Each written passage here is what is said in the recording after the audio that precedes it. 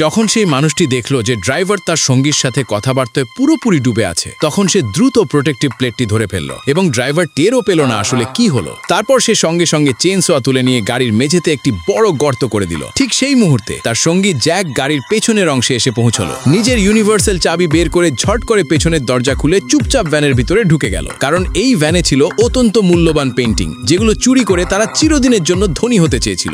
ভেতরে ঢুকতেই প্রথমে জ্যাক অনেক জিনিসপত্র দেখে একটু ঘাবড়ে গেল, কিন্তু তার ঘ্রাণ শক্তি খুব তীক্ষ্ণ ছিল এবং সে সঙ্গে সঙ্গেই টাকার গন্ধ পেয়ে গেল। সে ড্রিল দিয়ে সব পেরেক খুলে ভেতর থেকে সেই মূল্যবান পেন্টিং বের করে নিল। কোনো কিছু না ভেবে সে পেন্টিংটি মুড়ে মেঝের সেই গর্ত দিয়ে তার সঙ্গীর হাতে তুলে দিল। সঙ্গী পেন্টিংটি নেওয়ার সাথে সাথেই সেই মানুষটি দ্রুত গাড়ির ছাদে উঠে গেল এবং সবকিছু একদম পরিকল্পনা অনুযায়ী চলছিল। তখনই জ্যাক ও ছাদ থেকে লাফিয়ে পালানোর সিদ্ধান্ত নিল, কিন্তু ঠিক তখনই ড্রাইভার কিছু গড়বড় টের পেল এবং অস্ত্র নিয়ে ছাদে উঠে গেল। জ্যাককে দেখা মাত্রই সে পাগলের মতো গুলি চালাতে শুরু করলো। আর ভাগ্য ভালো যে ড্রাইভারের নিশানা খুব খারাপ ছিল এবং জ্যাক অল্পের জন্য বেঁচে গিয়ে নিরাপদে গাড়ি থেকে নিচে নেমে গেল। ড্রাইভার রাগে গালাগালি করছিল এবং ভবিষ্যতে যে কোনো বিপদ এড়াতে সেই সঙ্গী গাড়ির ব্রেক লাইন কেটে দিল এবং সেখান থেকে দ্রুত পালিয়ে গেল। শেষমেশ জ্যাক নিরাপদে মাটিতে নামার পর তারা দুজন চুরি করা পেন্টিং নিয়ে খুব খুশি ও সন্তুষ্ট হয়ে নিজেদের বাড়ির দিকে রওনা দিল।